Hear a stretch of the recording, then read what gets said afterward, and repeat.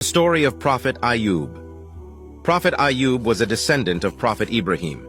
Aayub's mother was the daughter of Prophet Lut, and his wife was a direct descendant of Prophet Yusuf. Aayub lived in Rome with his dear wife Rama and 14 children. Aayub was a prophet who was immensely blessed by Allah. He was strong and healthy, had large plots of land, abundant livestock, and a righteous and beautiful family. He was also a community leader who was highly respected and loved by his people. Despite his status and wealth, Aayub was never arrogant. He was always humble. He readily helped the deprived and constantly thanked and glorified Allah for everything he was blessed with. One day, high up in the heavens, the angels began discussing about the best of humans who lived on earth. An angel amongst them said, "The best creature on earth today is Aayub, a man of noble character who displays great patience and always remembers his generous Lord. He is an excellent model for the worshippers of Allah. In return, his Lord has blessed him with a long life and plenty of servants. The needy and the poor share in his good fortune. He feeds and clothes the poor and buys slaves to set them free. He makes those who receive his charity feel as if they are favoring him. So kind and gentle is he."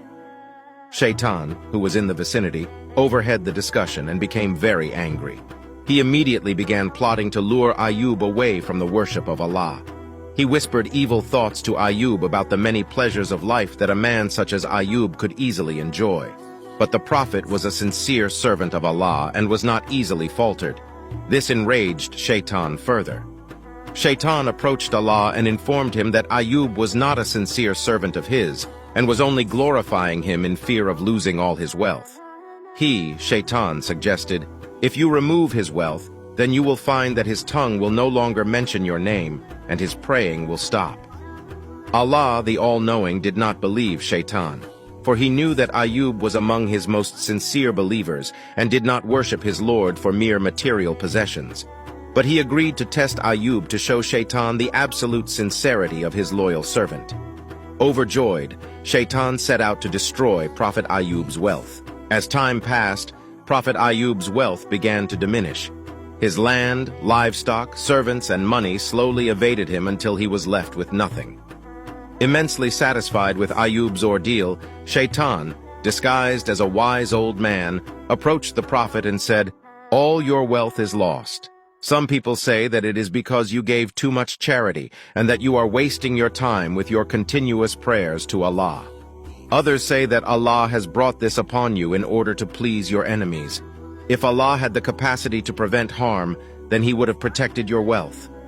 Aayub replied, "Allah gives whom he wills, and Allah takes from whom he wills. And all of the wealth that I have belongs to Allah, so he has every authority to take it back from me." Aayub then turned around and continued to thank and praise Allah. Feeling rather frustrated, Shaitan returned to Allah and said, "I have stripped Aayub of all his possessions, but he still remains grateful to you. However, he is only hiding his disappointment. The real test of a parent is through his children. You will see how Aayub will reject you." Allah still knew that Aayub's faith and love for his Lord will not waver, but he agreed to test Aayub further. Before long, the building in which Aayub's children lived crashed, killing all 14 of his young, beautiful children. Shaitan once again visited Aayub disguised as sympathizing bystander and remarked with sorrow, "The circumstances under which your children died were sad. Surely your Lord is not rewarding you properly for all your prayers." Aayub responded, "Allah gives me what is good for me, and takes away what Allah sees that is displeasing for him and for me. Allah sees that all of these children may be a strong test and trial for me, so Allah took them away from me. Whether a thing is beneficial or harmful to me, I will remain firm in my belief and remain thankful to my Creator." Shaitan rushed back to Allah and said, "O my Lord, Aayub's wealth is gone, his children are dead, and he is still healthy in body, and as long as he enjoys good health, he will continue to worship you in hopes of regaining his wealth and producing more children. Grant me authority over his body so that I may weaken it. He will surely neglect worshiping you and will thus become disobedient." Allah granted his request but instructed, "I give you authority over his body, but not over his soul, intellect or heart, for in these places reside the knowledge of me and my religion." Soon after, Ayyub's health began to deteriorate.